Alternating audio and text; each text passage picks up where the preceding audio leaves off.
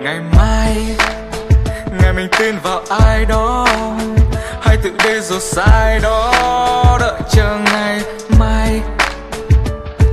Ngày mai, ngày tay không dù đôi chân mòn hai ngõ Sài Gòn, bờ vai nàng yêu từ ra dám nắng cháy giòn. Vậy đợi chờ gì ngày mai? Dòng đời luôn đúng, vậy chính ta là sai. Vậy chính ta là sai lầm. Lựa chọn trong gai, nhưng niềm tin là mãi mãi. Và niềm tin ta là mãi mãi. Đừng còn xa lắm, đừng còn xa lắm. Bạn với ta không dễ dàng, càng lắm gian nan, bàn chân càng vững vàng. Ta vẫn luôn vững vàng. Cho tôi niềm tin, tôi sẽ cho bạn ước mơ. Vinh quang là khi bạn dám vượt qua khó khăn, tìm kiếm bản thân, hãy tin tôi. Không gì là không thể, dám giải khơi, dám khát khao. Carrick. Tin vào người đời hay là tin vào thiên định?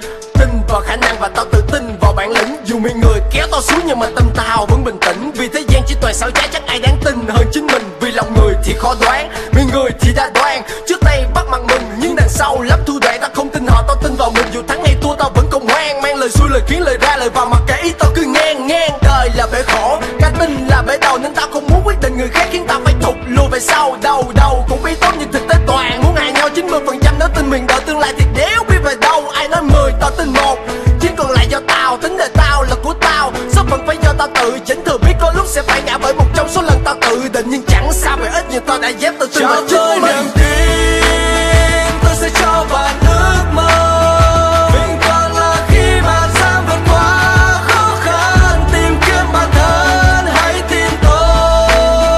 Không gì là không thể, dám giải khơi, dám khát khao. I'm from Chivramin. Đâu là ánh sáng và đâu là tương lai. Bỏ cuộc chờ đợi để đời sang chương 2. Bước đi đâu đó không có định hướng khi ta phải lang thang. Hướng về ánh sáng nhưng sáng trôi qua khi ta phải hoang mang. Tiếp đi, đừng sợ bạn ơi, bọn họ chỉ ganh ghét. Lời ra, tiếng vào, chữ nào nghĩ ra cùng đanh thép. Vui lên, nghĩ về những gì đẹp nhất đam mê cho bạn. Khát khao không nuôi ta lớn nhưng mãi là nguồn cảm xúc vô hạn. Đó chứ, hôm nay đã là ngày mai của hôm qua và là hạnh phúc cho ai vẫn còn hơi thở trên bàn ta mà. Sẽ không thành công thực sự nếu chưa bao giờ từng thất bại. Cũng không có con đường nào đi qua mà không có vài nơi vấp lại. Ước mơ vẫn luôn là điểm khởi đầu của thành công. Không có đích đến cuộc sống không thành quanh vòng sao hóa thành không. Chỉ như là những gì đi nhất trong đầu mình nảy ra. Dẹp Carrick lên làm là kỳ tích không xảy ra. Tôi sẽ cho bạn ước mơ.